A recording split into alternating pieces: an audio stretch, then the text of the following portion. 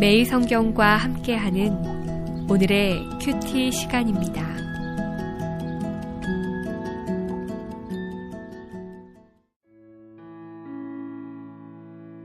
(6월 16일) 오늘의 말씀은 다니엘 5장 17절에서 31절입니다.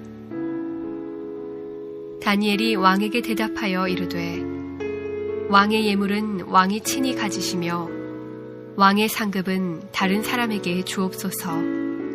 그럴지라도 내가 왕을 위하여 이 글을 읽으며 그 해석을 아뢰리이다.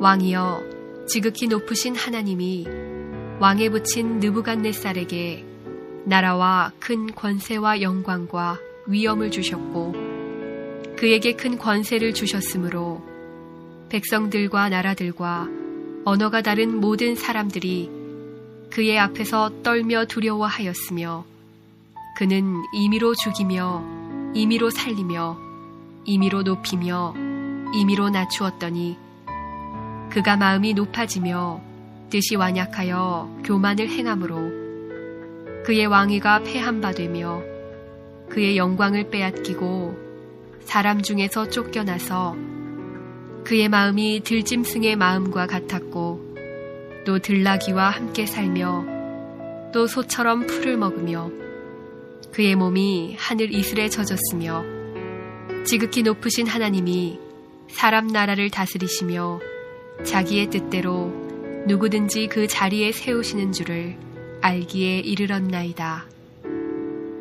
벨사살이여, 왕은 그의 아들이 되어서 이것을 다 알고도 아직도 마음을 낮추지 아니하고 도리어 자신을 하늘의 주제보다 높이며 그의 성전 그릇을 왕 앞으로 가져다가 왕과 귀족들과 왕후들과 후궁들이 다 그것으로 술을 마시고 왕이 또 보지도 듣지도 알지도 못하는 금, 은, 구리, 쇠와 나무, 돌로 만든 신상들을 찬양하고 도리어 왕의 호흡을 주장하시고 왕의 모든 길을 작정하시는 하나님께는 영광을 돌리지 아니한지라.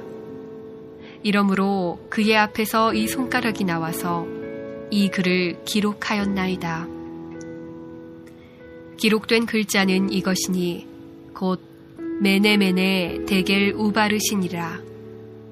그 글을 해석하건대 메네는 하나님이 이미 왕의 나라의 시대를 세워서 그것을 끝나게 하셨다 하며 데겔은 왕을 저울에 달아보니 부족함이 보였다 하며 베레스는 왕의 나라가 나뉘어서 메대와 바사 사람에게 준 바 되었다 함이니이다 하니 이에 벨사살이 명하여 그들이 다니엘에게 자주색 옷을 입히게 하며 금사슬을 그의 목에 걸어주고 그를 위하여 조서를 내려 나라의 셋째 통치자로 삼으니라. 그날 밤에 갈대아 왕 벨사살이 죽임을 당하였고 메대 사람 다리오가 나라를 얻었는데 그때 다리오는 62세였더라.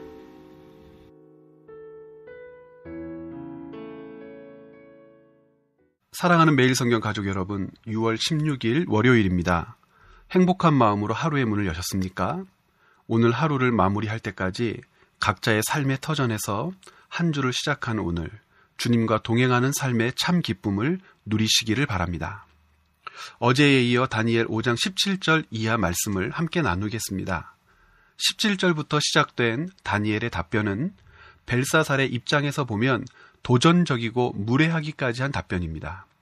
글씨 해독의 대가로 왕이 제시한 상급은 재물과 자리의 가치보다 제국의 왕으로부터 주어진 것이기에 그것 자체가 영광스럽고 탐나는 것이었음에도 불구하고 다니엘은 이것을 거절합니다.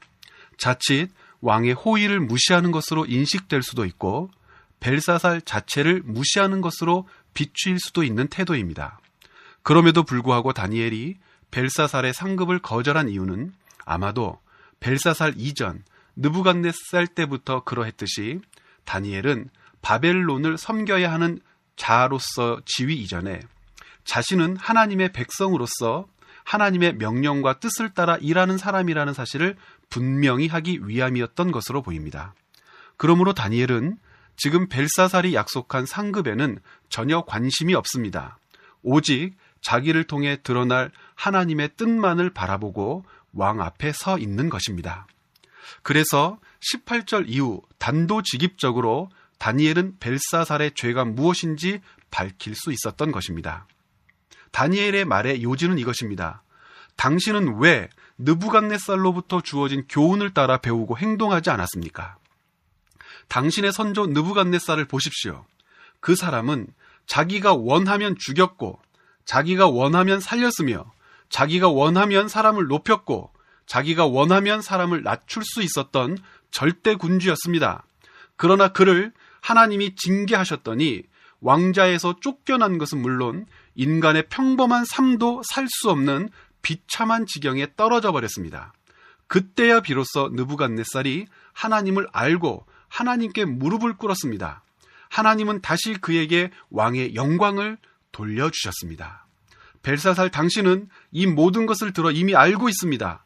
그렇다면 당신의 선조 느부갓네살을 본받아 하나님께 겸손한 모습으로 나아가야 할 것인데, 자기 마음을 하나님 앞에 낮추지 않고 오히려 하나님께 도전하여 성전 기물에 술을 따라 마심으로 하나님을 모욕하고 있습니다. 사랑하는 성도 여러분, 벨사살의 죄에 대한 다니엘의 이와 같은 지적을 이해했다면 하나님께서 왜 벽에 메네메네 데겔 우바르신이라는 글자를 써 보이셨는지 알 수 있습니다. 다니엘의 해석은 너무나 명료합니다.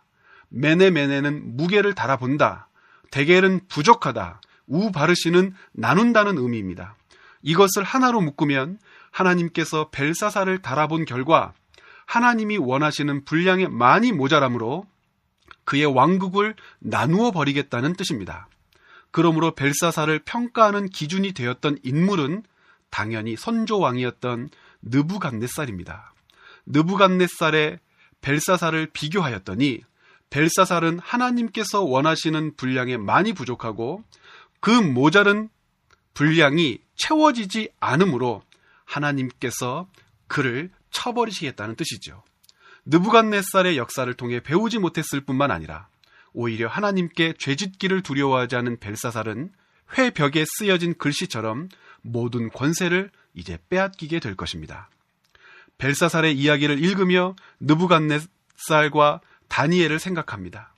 자칫 영원히 폐인으로 생을 마감할 뻔했던 느부갓네살은 하나님을 알고 그 앞에 겸비함으로 나아갔더니 하나님이 주시는 회복의 은혜를 맛보았고, 또 한 사람 다니엘은 권력자에게 아부하지 않고 힘에 굴복하지 않으므로 세대와 권세자들을 뛰어넘어 살아계신 하나님의 주권과 통치를 알리는 하나님의 신실한 사람으로 일생을 살았습니다. 그리스도인이라면 누구든지 어떤 인생을 살아야 하는지 오늘 말씀을 통해 깨달아야 합니다. 그러나 여러분, 진지하게 고민해 보시기를 바랍니다. 깨달아 아는 것과 아는 것을 삶으로 살아내는 것은 많은 차이가 있습니다. 다니엘의 꿈 해석을 수용했기에 벨사살은 다니엘을 죽이지 않고 약속대로 상급을 집행하라 명령을 내렸습니다. 그러나 그의 마지막은 어떻게 종결되었습니까? 다니엘의 해석과 선고대로 그날 죽음을 맞고 나라는 다리오에게 점령당했습니다. 벨사살이 하나님 앞에 회개했다거나 내가 어찌해야 하냐고 다니엘에게 물었다는 기록은 남아있지 않습니다. 여러분, 아는 것과 사는 것은 이토록 다른 것입니다. 함께 기도하겠습니다. 살아계신 하나님, 하나님을 진정 두려워했다면, 그 말씀을 믿고 따르기로 작정했다면 벨사살은 꿈 해석 이후에 하나님께 회개했어야 옳고 하나님 앞에 무릎 꿇어야 옳았습니다. 그러나 그가 왕자를 빼앗겼을 뿐만 아니라 죽음을 맛보았다는 것은 아는 것대로 하나님 앞에 나아가지 않았음을 증거합니다. 우리에게 이러한 미련함이 없게 하여 주시옵소서.